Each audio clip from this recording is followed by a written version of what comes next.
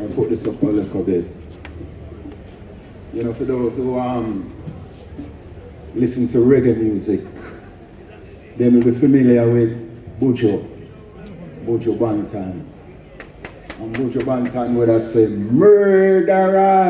Yes. Boy, inside you must say, Allah. And it is really sad to see we have to come back up here again. So I'll just make a brief introduction of myself, as Ken has mentioned before. Myself, Ken, and we see Brenda here, the brother of Brian Douglas, who was the first chair of the United Friends and Families campaign. But before we established the campaign, we recognized one thing, and that was the police was killing us left, right, and center. And they were getting away with it because we were divided. And so we felt that we should really come together to remedy this situation.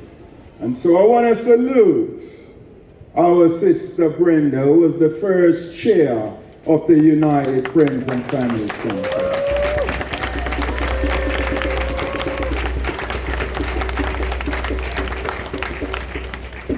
I also want to salute our great sister, Marcia Ray, the brother, sister of Sean Ray, again killed by the state.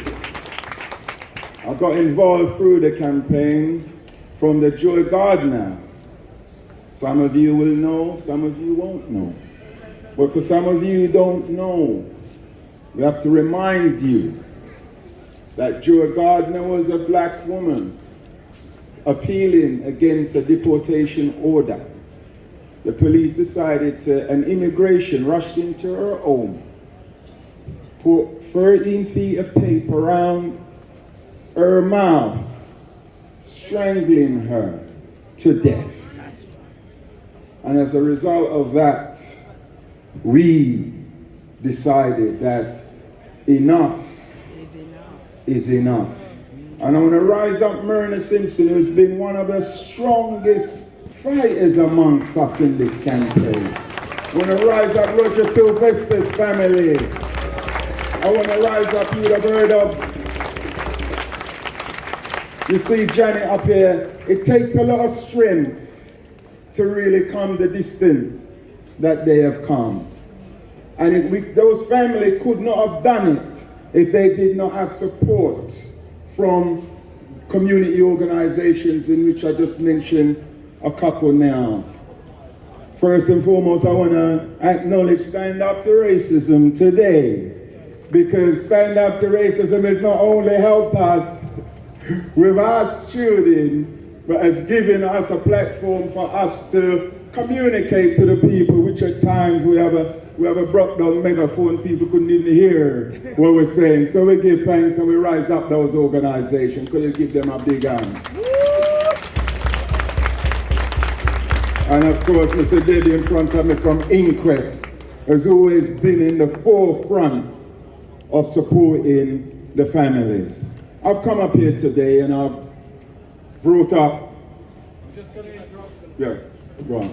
I'm always doing this, I'm always interrupting Minka. I'm only doing it for a good reason. And the reason is the families are now in Downing Street, outside Downing Street. So show them some support. No justice? No justice! No justice! No justice! No justice! No justice! No justice! That's right, brothers and sisters. We didn't say no justice, no peace for a minute or long. But we're going into chapter 2 today. And chapter 2, we're going to tell you about our next step in regards to our campaigning activities. As I was just saying, I brought up onto the platform today my son. And I brought up my granddaughter. Okay? Some people say to Brother Minka, Al, you've been going on for all this long time. You're gonna sit down and rest.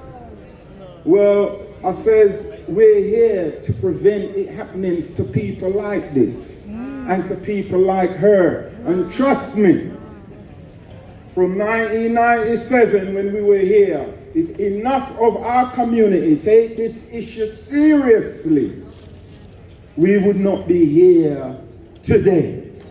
And we got to take this issue seriously, okay? And we got to learn the lesson of George Floyd.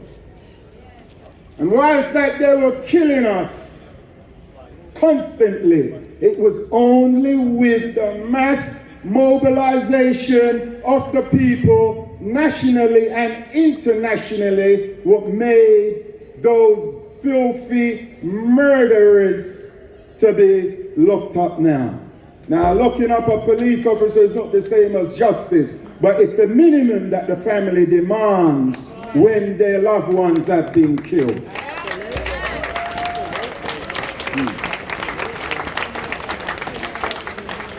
And so, as I always say, for the last 24 years, you know, we send condolences out to all of the families.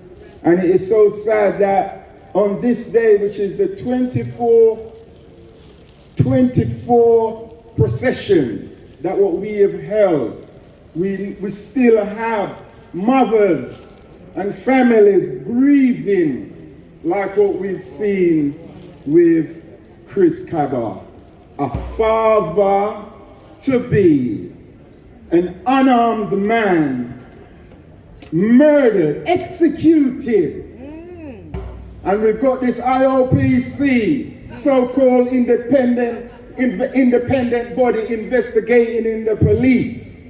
But one of the reasons why we as the UFFC exist is to tell the families, do not have any faith in that body. That body is there as part of the state to cover up the murder of their son. And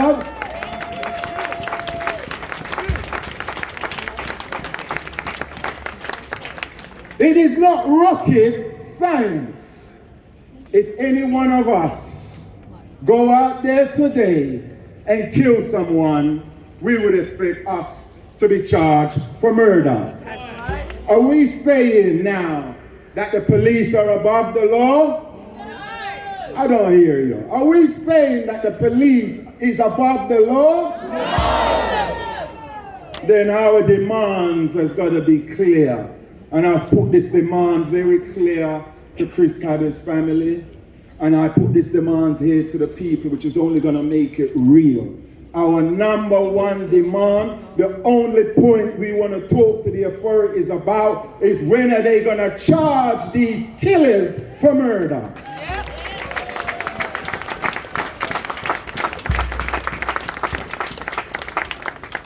This is the first time that the campaign has demonstrated outside Downing Street in when we've got an Asian Prime Minister and an Asian Home Secretary.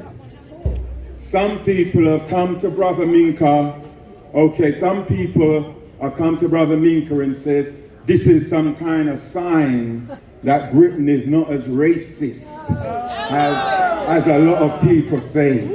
Well, I'm here to say this. Whilst the press will make a big noise about the Home Secretary breaking the ministerial code, I want to say you need to look seriously at what this government represents. Because this government represents the most racist government that what we've ever had in this country.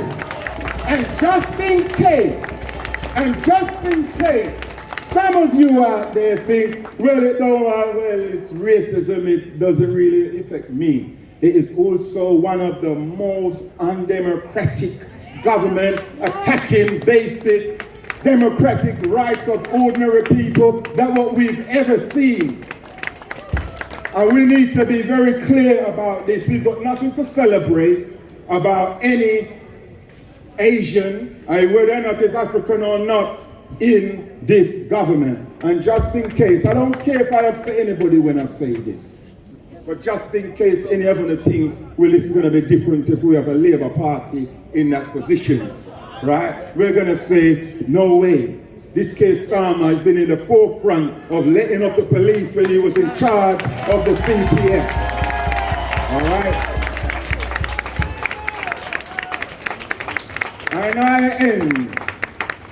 I end, brothers and sisters, by telling you three things. 4 things. The first thing is to say that I want to acknowledge our brother Ken Arab and Migrant Media, who's put out some brilliant video information about our campaign from the beginning to the end. We've got injustice and we've also got violence. Right? Give it again. Ultra violence. Get online and check that out. Very important. Very important information documenting our campaign. 3 quick things, brother. 4, this is the number 2. Number 2 is that we want all of you